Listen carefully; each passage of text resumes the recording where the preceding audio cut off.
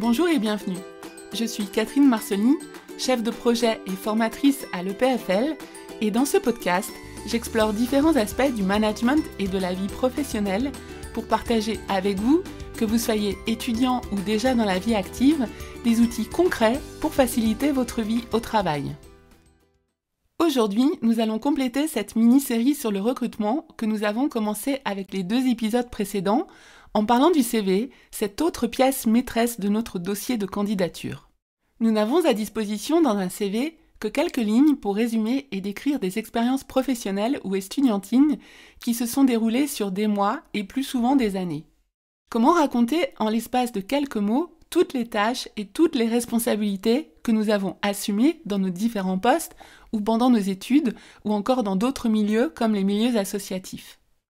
Nos contributions passées sont souvent nombreuses et surtout très variées. Comment pouvons-nous en parler sans être trop long ou trop disparate et risquer d'avoir un document qui ressemble à un inventaire à la Prévert sans queue ni tête? Le CV porte en fait très mal son nom. Le mot CV vient du latin curriculum vitae, c'est-à-dire parcours de vie.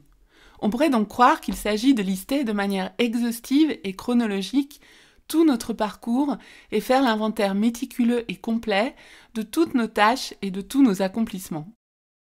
Si nous procédons de la sorte, nous obtiendrons un document très long et surtout très indigeste pour la personne chargée du recrutement qui, il y a encore quelques minutes, n'avait probablement jamais entendu parler de nous et qui aurait de la peine à absorber toute cette information pour lui donner un sens.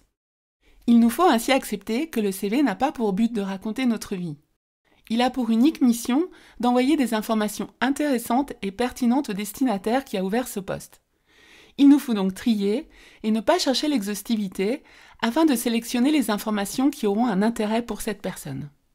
Ces informations font partie de 3 catégories. La première catégorie est celle des informations en lien direct avec le poste ouvert et le profil recherché. Par exemple, l'entreprise cherche un ingénieur pour concevoir des moteurs électriques et il se trouve que nous avons travaillé dans le même domaine lors d'un de nos précédents postes ou pendant nos études. La deuxième catégorie est celle des informations qui sont en lien indirect avec le poste, c'est-à-dire que l'expérience que nous avons acquise ou les compétences que nous avons développées ne sont pas exactement celles demandées dans ce poste, mais qu'elles sont transversales et transférables et peuvent donc être utilisées dans d'autres contextes, comme celui de cette nouvelle entreprise. Enfin, il y a la 3e catégorie d'informations, celles qui n'ont ni lien direct, ni lien indirect avec le nouveau poste, c'est-à-dire aucun lien technique ou métier et aucune compétence transverse vraiment réutilisable. Avant d'expliquer comment rédiger les informations de la première et de la 2e catégorie, commençons à parler de cette dernière catégorie d'informations. Si ces expériences n'ont aucun lien direct ou indirect avec le poste, il nous faut nous résoudre à les enlever de notre CV. Elles n'ont rien à y faire. Ce sera difficile car ces expériences font partie de notre vie et ce sera encore plus difficile si elles sont associées à de bons souvenirs. Il nous faut pourtant accepter qu'elles ne sont pas utiles pour cet exercice et pour ce CV particulier en tout cas. Conservons-les dans un autre document pour ne pas les oublier, comme un souvenir à raconter à nos petits-enfants au coin du feu, mais ne les mettons pas dans ce CV. Elles n'y ont pas de place car elles n'auront aucun poids et aucun effet de levier. Le CV n'est pas un inventaire biographique de nos vies professionnelles, mais bel et bien un outil de marketing qui choisit les messages pertinents pour le client.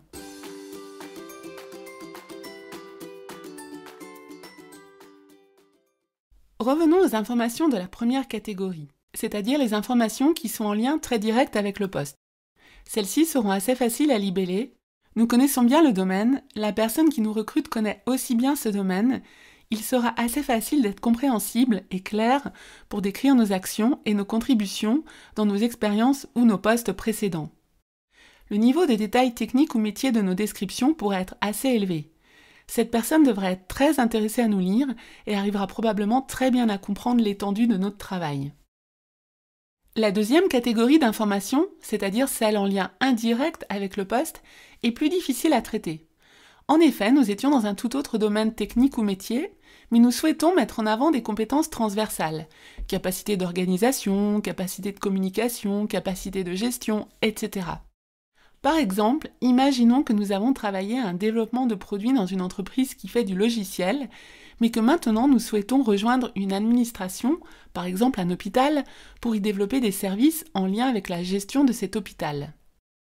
Cette nouvelle organisation, l'hôpital dans mon exemple, n'a aucun rapport avec notre précédente entreprise de logiciels, mais nous pensons que notre expérience de développement pourrait quand même être utile dans ce nouveau poste. Une approche que l'on risque de suivre est de donner de nombreux détails techniques sur les logiciels que nous avons développés, alors qu'en fait, cette problématique est très éloignée de l'hôpital. C'est une erreur très commune que nous faisons parfois. Pour convaincre les recruteurs de notre valeur, nous les inondons de détails sur nos réalisations, dans mon exemple le logiciel, en oubliant qu'ils ne travaillent pas du tout dans ce domaine et ne seront donc pas à même de les apprécier. Cette erreur aura même l'effet inverse de ce que nous recherchons. Elle confirmera à l'employeur que nous sommes vraiment à côté du profil recherché et nous ne serons probablement pas invités à un entretien.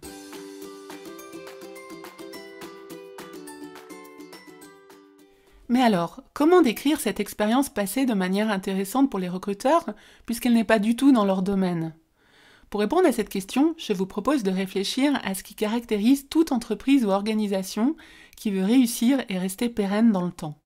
Une entreprise ou une organisation qui se veut efficace cherche continuellement à améliorer ses produits, ses services ou ses processus. Retenons ce terme, améliorer. Cette entreprise doit innover, c'est-à-dire proposer de nouveaux produits, de nouveaux services ou de nouveaux processus. Retenons ce terme, innover. Elle cherche à développer ses produits, ses services ou ses processus, c'est-à-dire à les faire grandir et à les faire évoluer dans le temps. Retenons ce terme de développer. Enfin, elle cherche à économiser du temps, des ressources, des matières premières, etc. Retenons ce terme d'économiser. L'amélioration, l'innovation, le développement et l'économie de ressources ou de temps sont au cœur de toute gestion efficace. Une entreprise qui ne chercherait pas à s'améliorer, à innover, à se développer ou à économiser ses ressources est une entreprise qui ne sera plus là à court ou moyen terme. Voilà donc la réponse à notre question.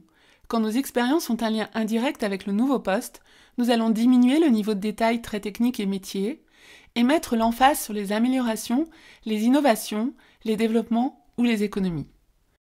Le contexte technique sera brièvement mentionné en fin des phrases, mais ne sera pas au cœur des lignes de notre CV, contrairement aux informations de la première catégorie qui sont en lien direct avec le poste. Pour nous rappeler ces 4 mots, je vous propose un petit moyen mnémotechnique, AIDE, aide, A pour améliorer, I pour rénover, D pour développer, E pour économiser. En ayant le AIDE comme guide de nos descriptions, les personnes en charge du recrutement saisiront plus facilement quelles sont les compétences transversales que nous avons acquises et qui sont réutilisables dans leur poste. En tout cas, elles le feront beaucoup plus facilement que si nous avions focalisé nos descriptions sur les détails techniques hors de leur domaine, sans réel intérêt pour eux.